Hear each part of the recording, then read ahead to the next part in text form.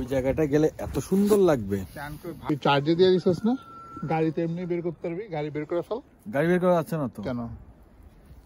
আমি যখন বের করতে চাইছি, হ্যাঁ, আমার গাড়ির নিচে যে ইয়েটা থাকে, হ্যাঁ, ওটা খুলে গেছে বরফের ইয়াতে।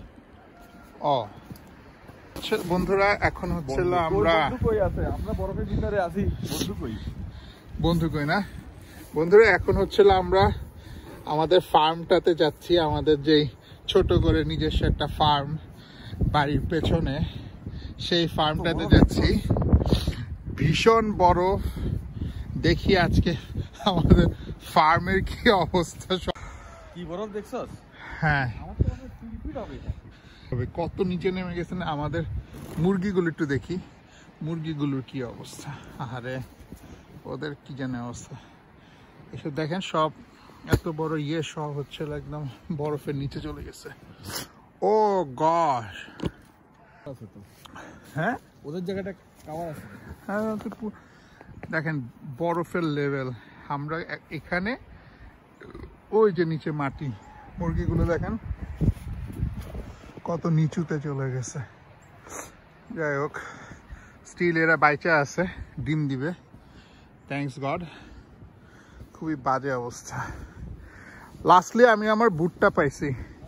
বুটটা হচ্ছে হারুনের বাসায় রেখে গেছিলাম, একদিন আসছিলাম, পরে নিয়ে যাওয়া হয় না। ও কি অবস্থা।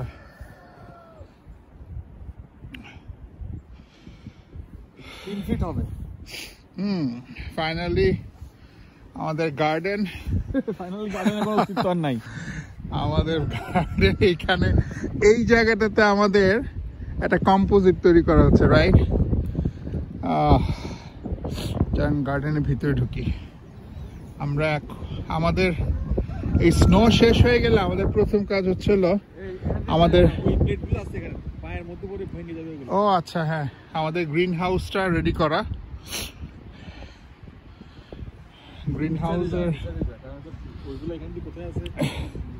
গ্রিন হাউসের একটা পার্টস ছিল, চলে আসছে।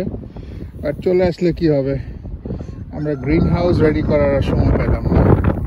এর আগে হচ্ছে ভীষণ ঠান্ডা, দেন এখন হচ্ছিল বরফ। এই হচ্ছিল গ্রিন হাউস।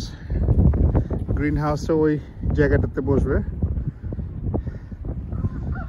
আমাদের পুরো বেড সব এখন বরফের নিচে। ওই যে ছোট্ট একটা টেন্ট দেখা যাচ্ছে দূরে,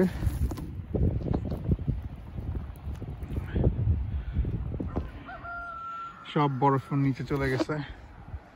এই হচ্ছে আমাদের এই বরফ ঝড়ের পরে আমাদের গার্ডেনের অবস্থা।